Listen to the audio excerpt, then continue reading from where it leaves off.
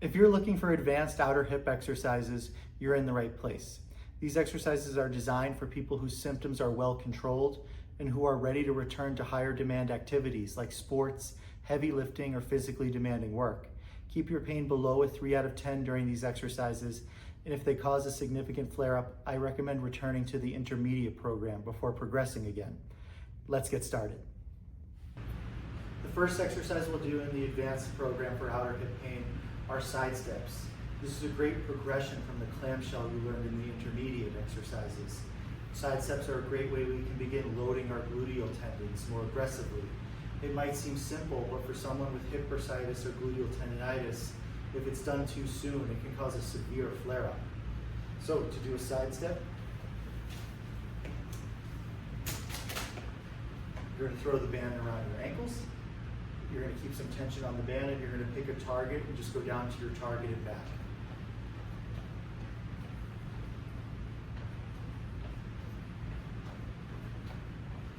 Here you go down to your target and back 3 times. You can do that 2 to 3 days a week in the program that you're creating here. A couple tips with this one: make sure you're not sliding your feet. It's really common for patients to want to do that because it's easier, so make sure you're picking up your feet. Another common mistake is not keeping enough tension on the band. So kind of coming in sort of like that. So always make sure there's some tension on the band. You're lifting your feet up, and you should feel it on the outside of your hips.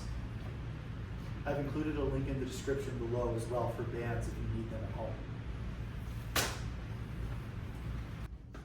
The next exercise we'll go over in the advanced outer hip program is a single leg RDL. This is a great way to progress the single leg balance that you learned in the intermediate exercises. We can make it a little bit more dynamic, add some resistance to it, and it's a great exercise for a return to sport. So to do a single leg RDL, I have 2 little dumbbells here. We'll pretend that it's my right hip that's involved. I'm going to go on one leg, my chest is going to stay up.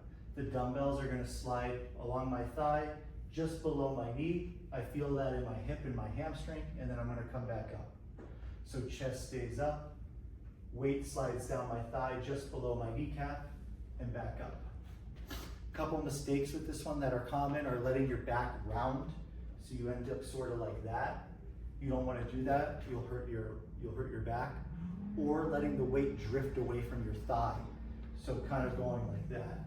That's another way that you might hurt your low back. So again, weight stays close to your thigh, chest stays up, it's sliding down your thigh just below your kneecap and back up, and I feel that in my hamstring. You can do 20 repetitions, and you can do that 2 to 3 days a week in the program that you're creating here. The next exercise we'll do in the advanced exercises for outer hip pain are line hops. It's a great plyometric exercise that you can do at home to prepare for a return to sport or running and to get your hip more resilient in terms of higher loads. It's very simple. All you're going to do is find a line on the ground, and you're just going to hop over it. I usually recommend doing it for time. You can do 30 seconds, and you can do 3 bouts side to side, and then you can do 3 bouts forward and back. Same thing, you pick a line, and then you're just going forward and back. Same thing, 30 seconds, 3 times. You can do that 2 to 3 days a week in the program that you're creating here. The last exercise we'll do in the advanced program for outer hip pain is called bounding. It's another great plyometric exercise that you can do at home to prepare for a return to sport or running. Super simple, you're going to start on one leg. You're going to jump side, controlled land, jump side, controlled land, and so on and so forth. As you get better, you can go faster, or you can make it more explosive and go further. Down and back is 1. You're going to shoot for 10 repetitions, and you can do 2 sets of 10, 2 to 3 days a week in the program that you're creating here.